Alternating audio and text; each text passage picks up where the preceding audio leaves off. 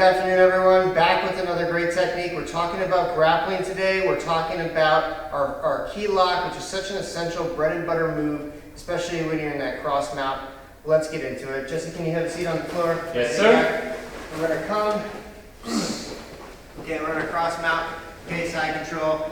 And one way that we kind of learn when we're beginners, and this is a great way to lock up this position so the person doesn't pass our guard, is to just clap our hands together like this.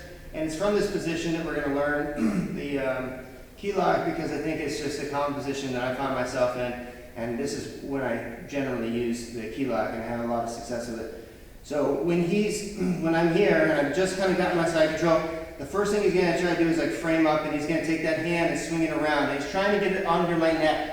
Okay, and he's got one hand under my hip, one hand under my neck, to try to kind of pick me up and bring that knee up under my body, and then try to move around until he can get me back into his guard. Sometimes he gets the half guard, or until he can get the full guard, but that's what he's going to try to do. So I know that, and so I'm waiting. I'm here.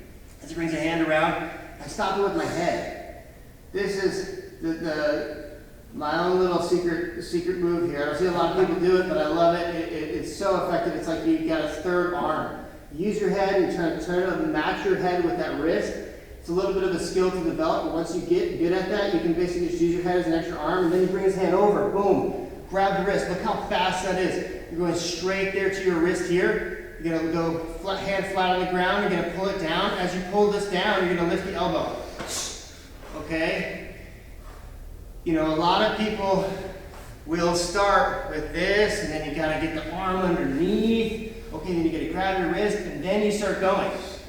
But this is so much faster because you're just right here. He goes to try to frame up, get that arm underneath. I use my head, boom, trap, it's done.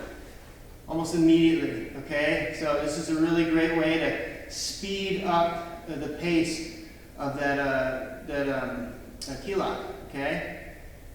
That's basically it. Things to really remember is you want to have your arm on the ground, so your elbow is right up by his ear. You want this hand to be really strongly cupping your wrist. You're going to kind of twist your hand down as you lift your arm up. And just remember to keep your pressure on top of him. One thing you want to also be careful is you don't lean too far forward, or he'll roll you over. He'll push through and he'll roll you over, okay? So we want to try to make sure, back there, sir, Yes, sir, that your body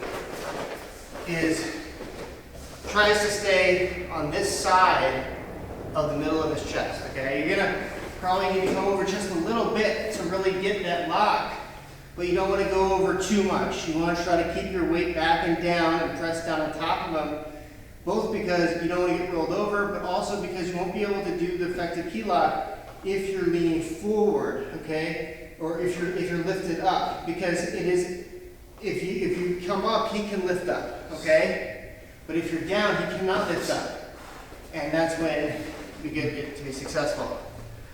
All right, so guys, just come down right here, sir. Guys, that's our technique for today. Hope you learned something. It's going to be one of those bread and butter techniques, I think, when you guys are rolling around and going for those submissions. Anyway, great job today. Let's keep training hard. Big bounce, sir.